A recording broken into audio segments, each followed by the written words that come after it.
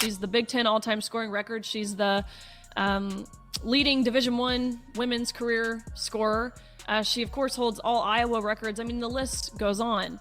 It's the same thing watching The View. It's the same thing that Jemele Hill said, saying that Caitlin Clark is problematic. All Caitlin Clark has done is sold out arenas, set TV viewership records. She's brought millions of new eyes to women's collegiate basketball and now on to the WNBA. So saying she is problematic, I mean, to me, it sounds like she's the problem solver. And speaking to Jemele Hill. So the saga that won't end. Caitlin Clark and Angel Reese. So Riley Gaines just grabbed a mic, a megaphone, and possibly a flamethrower and went full WWE on Angel Reese while hyping up Caitlin Clark like she's the second coming of Steph Curry in a ponytail. Is this the sports crossover episode we never asked for but absolutely needed? What's swimming got to do with basketball beef, and why is Twitter combusting like a popcorn machine with no lid? Buckle up, this drama's got more twists than a pretzel in a hurricane. Progressive and liberals who have said for so long, why won't anyone watch the WNBA? Say, well, she's just pretty tall and white. That's what this is. Let's be very clear. Caitlin Clark has gotten the coverage that she has gotten because she's amazing. She's a phenom. The Big Ten all-time scoring record. She's the leading Division I women's career scorer. Holds all Iowa records. I mean, the list goes on. The fact that she is straight, white, tall, or pretty. Which might I just add, I think anyone's pretty next to someone like Brittany Griner. This is what the viewers want to see is Caitlin Clark. Ah yes, the collision of sports, sass, and social media chaos. If drama were a sport, Angel Reese would be the undisputed MVP, most vocal personality, and Riley Gaines, well, she's the whistleblower, referee, and the entire rules committee rolled into one. Who knew that a retired swimmer could cannonball straight into basketball beef and make more noise than an entire NBA arena full of vuvuzelas? Riley Gaines made a good point. You got Caitlin Clark with all of these stats. Everybody knows that Caitlin Clark is bringing eyeballs to the WNBA. If she was at the All-Star game would have 10 times the views because everybody want to see how Caitlin Clark performs. You guys have a cash cow, and it's irresponsible to put one of the best players in the league in there. Let's start with Angel Reese, because honestly, where else would we start? Angel, the queen of trash talk, high-fives herself after every blink and needs a full press conference after each hair flip. She's turned post-game interviews into monologues and Twitter into a personal diary of grievances. You'd think she was fighting for justice, but it's mostly just about who gave her the wrong side eye at breakfast. Sorry, but I don't know who need to hear this, but Angel Reese got to be the worst basketball player ever. She's the worst basketball player ever. Like, do y'all guys don't understand this? She only made 2 points with 12 rebounds. She missed a couple of shots and she missed a rebound, bro. She only made 12 rebounds. Not 1, not 2, not 3, not 4, not 5, but 12 rebounds. And she missed like 4 layups, I think. I don't know, I forgot. But this is nasty work for her, bro. Bro, if she keep playing like this, guess what? She is not winning any games. Every game becomes a one-woman stage play starring Angel Reese as the misunderstood heroine, the antagonist, the coach, and the audience, simultaneously. She's got more poses than a runway model and more comebacks than a soap opera villain, and if you think it's just about the game, oh honey, it's never just about the game. It's about the narrative, the attention, the micro-dramas and macro meltdowns that seem to follow her like glitter at a kindergarten birthday party. Gold medal, and the rest of the team, they had 7 practices while Caitlin was still playing with the WNBA. So does this make the decision fair? Yeah, to your point, the USA basketball chair, the governing board there, their job is to win. It's not about popularity, as it shouldn't be. So let's look at the facts here. Caitlin Clark was the #1 overall draft pick this year. She holds many Big Ten, NCAA records for collegiate women's basketball. And then, right when Angel thinks she owns the storyline, boom, here comes Riley Gaines, doing a metaphorical swan dive into the conversation with the grace of a ballerina and the force of a wrecking ball. Riley's not even in the same sport. Yet somehow she's hijacked the drama like it's a group project and she's the only one who read the instructions. She's not playing defense or offense. She's rewriting the entire playbook while sipping tea and tweeting about fairness like she's moderating the Olympic Games of outrage. Riley's entrance didn't just add fuel to the fire. It dumped a whole tanker truck of jet fuel onto the smoldering embers of basketball egos. And the best part? She doesn't even have to dribble. She just says the quiet part out loud, drops the mic, and lets the internet spiral into yet another think piece apocalypse.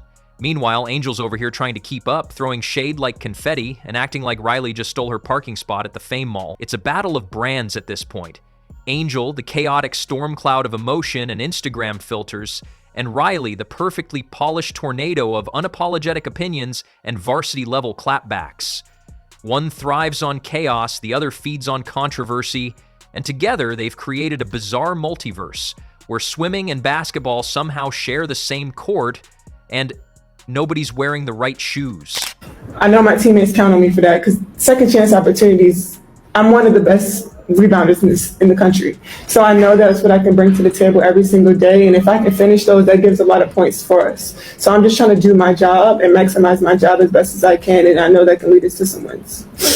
The playmaking was there, the rebounding was there, everything was there. She looked like the best player in the WNBA. She looked like the MVP. She looked like a player that she deserves all the attention she's getting because she's doing something nobody else in women's sports is doing. Nobody can capture the attention like Caitlin Clark can capture the attention of the human brain. When I'm watching Caitlin Clark and the shot she's hitting, I'm just like, what the heck? I just have to kind of like stand up and just lock in. Like, what am I seeing from this woman? And yeah, man, I could talk about it all day, but let's go ahead and break down this game, man. And still, through it all, Caitlin Clark's just draining threes and casually making everyone else's drama look like background noise at her highlight reel premiere. Somehow, Caitlin Clark's success became Angel's personal villain origin story. Every three-pointer Clark sinks seems to unlock another level of resentment from Reese. Like she's playing a video game called Insecurity Quest: The Iowa Chronicles. Clark could hit a shot from the moon and Angel would still take it as a personal attack. No, Angel, she's not throwing shade. She's just hitting buckets. Enter Riley Gaines. Remember her? The swimmer who got so fed up with losing to biological males that she turned her entire post-athletic career into a full-time TED Talk about fairness in sports. Riley has become the one-woman searchlight for anything she deems unjust in the athletic world.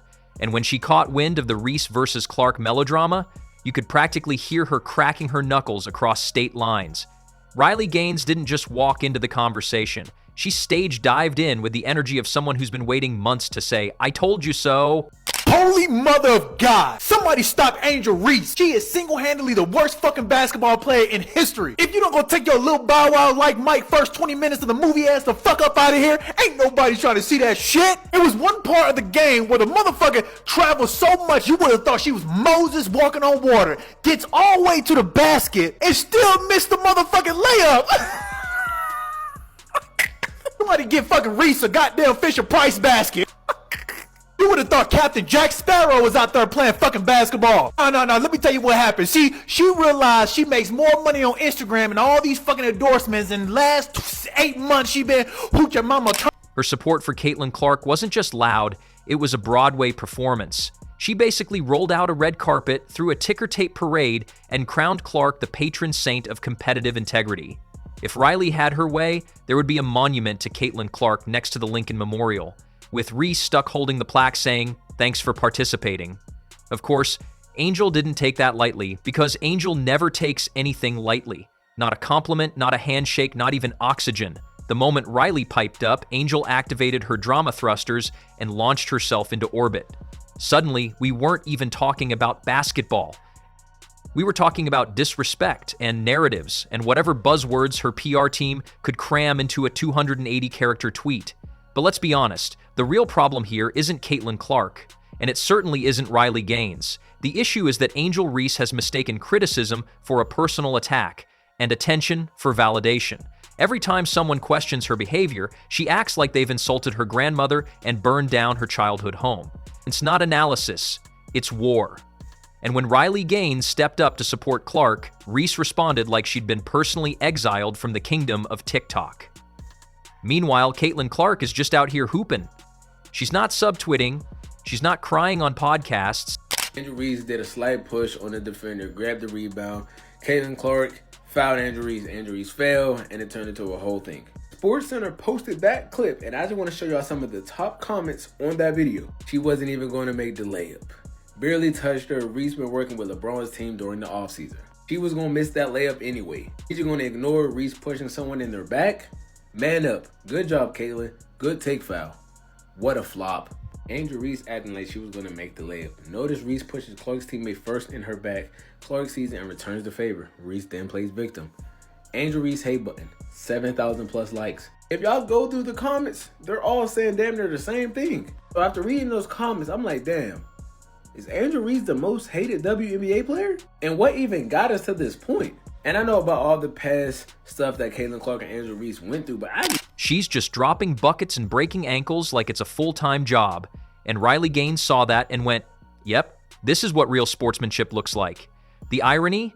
Angel Reese wants respect so badly, but she treats the game like it's a stand-up set and she's bombing every punchline. Trash talk is fun until it turns into a personality trait. At some point, fans stop seeing you as confident and start seeing you as exhausting. And Riley Gaines was just the first person with a platform big enough to say it out loud. Of course, that didn't stop Angel from doubling down. Oh no, if Angel Reese were in a hole, she'd bring a jackhammer and a backhoe just to make sure she hits the Earth's core. Every time someone criticizes her antics, she responds by doing a TikTok dance and calling it empowerment. Sure, Angel, and I'm the Pope of Dunkin' Donuts. Riley, on the other hand, took the high road with the subtlety of a freight train. She gave Clark the kind of glowing praise that would make a Disney princess blush, and followed it up by reminding everyone that sports are supposed to be about discipline, effort, and, actually playing the game, not turning it into a one-woman reality show called Keeping Up with Angel. And really, what did Angel expect? That Riley Gaines, the self-proclaimed referee of sports ethics, would see her social media theatrics and applaud? The Indiana Fever just played their first game against the Chicago Sky, and folks, it was not close. It was not close. I remember my timeline being flooded with people saying it was going to be a good dogfight. It was going to be a close game. It was going to come down to the wire. It was going to be a great one. No, it wasn't. It was a 40-point blowout. And it was a great game on one side. On the other side, it was a little questionable.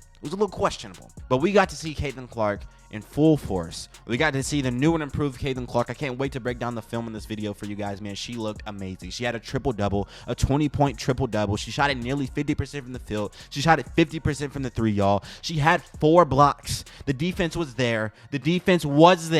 Riley's allergic to performative nonsense. If there were a vaccine for clout chasing, Riley would be the clinical trial. She sees Caitlin Clark dropping 30 points without drama and thinks, finally, someone who acts like a professional. But here's the kicker. The more Angel Reese rants, the more she validates everything Riley and her supporters are saying. It's like trying to prove you're calm by yelling, "I'm calm," at the top of your lungs. Every time Angel stomps her feet, she just digs the narrative hole deeper. By now, she's somewhere between self-parody and motivational poster for emotional immaturity. Meanwhile, Clark just keeps playing. No theatrics. No interviews where she cries about being misunderstood. No TikToks where she does the chicken dance while yelling, "They don't respect me." She just scores and wins and goes home. And that drives Angel absolutely insane because deep down she knows that's the kind of respect you can't scream your way into. But the real tragedy here? Angel could be great. She really could. She has talent, athleticism, and a platform most players would sell their shoelaces for. But instead of rising to the occasion, she trips over her own ego. She's so busy trying to be iconic that she forgot to be effective. And Riley Gaines saw it coming from 10 miles away. Riley Gaines, she's obviously a beautiful young lady, both outside, inside. I've talked to her several times. She's fighting a good fight. She will go down in history as one of those women that have made an incredible difference in this country, especially surrounding the issues of protecting women in sports. Now, Fox News, what are y'all doing, bro? Is this an affirmative action hire? Is this woman an affirmative action hire? I've never seen her on Fox News a day in my life. And why do you have somebody so ignorant on your television station?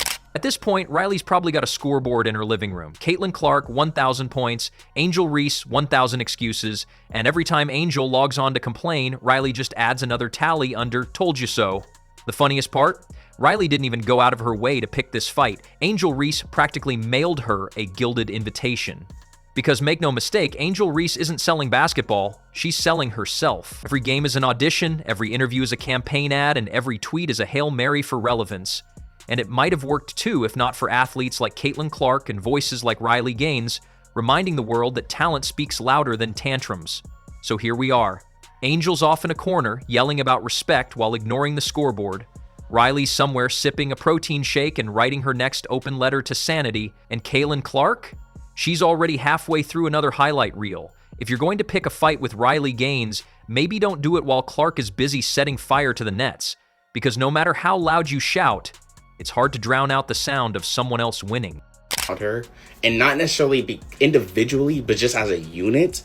But she just doesn't have space to operate in the paint where she can really put a dominant performance on the offensive end in terms of scoring. Again, we all know she's an amazing rebounder, but her ability to score is so poor right now, and I don't know how I feel about that. I watched her try to be the facilitator, and I kind of like her in the facilitator role, but not to the point where she's trying to direct traffic to get a post up for Camila Cardoso when she's guarded by her matchup. I can understand that if she's guarded by a smaller player, a wing, a guard, I can understand her trying to direct traffic to get that matchup to happen. But in terms of trying to be like Steve Nash and and Sloot, it's I don't know how I feel about that. And for Angel Reese, that might be the loudest silence of all. Because the moment Caitlin Clark steps onto a court, ESPN executives suddenly remember how to smile again. Ratings shoot up faster than Angel Reese's eyebrow when someone dares to mention humility. We're talking Super Bowl level numbers for women's college basketball. Networks start airing reruns of Antique Roadshow just to fill the void. Suddenly, Angel Reese is out here dropping a double-double in front of 300 people and 2 confused pigeons. And one of them's on their phone. But here's the kicker. Reese still thinks she's the main attraction. Still walking into press conferences like she's Beyoncé returning from a world tour, when in reality, Caitlin's over there racking up more viewers than a Netflix premiere. Who's the best player in the country? To the media or me? As you see it. I feel like I'm the best player in the country. Okay, who's the second best player in the country? Shit. Either Caitlin Clark or Leah Boston. That's fair. Top 3. I feel like we the top 3 players. And that's the thing I love. You spoke on that. You respect the hell out of Caitlin's game. Hell yeah, I respect them. Yeah, for sure. Me and Caitlin been playing against each other since high school. We been going at it. So it's no hard blood between me and her. She's a great competitor. She's a great player. Angels posting thirst traps and hashtags while casually breaking attendance records in corn-fed gymnasiums with concrete bleachers.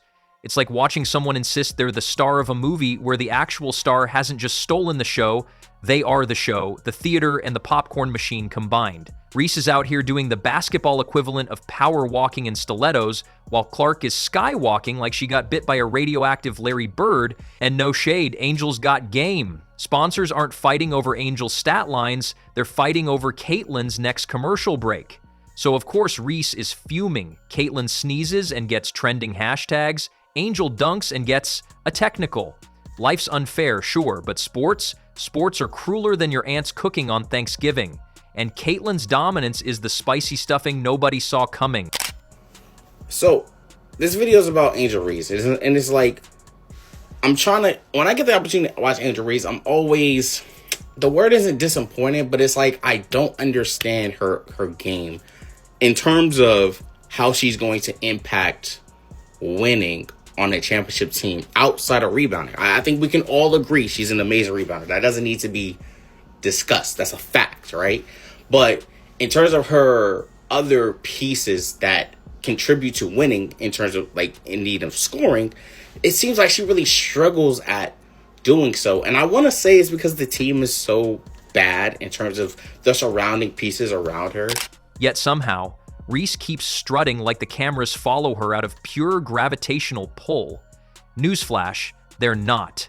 They're magnetized by Clark's every step, every flick of the wrist, every moment she turns a routine possession into a viral highlight.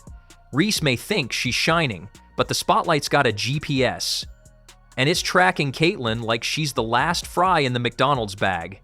Because without Caitlin Clark, women's basketball is still good, but with her, it's primetime, can't miss popcorn popping greatness. And no matter how many chains Angel Reese wears, she can't chain up the fact that Caitlin's the engine, the showstopper, and the very reason half of America even knows what time tip-off is.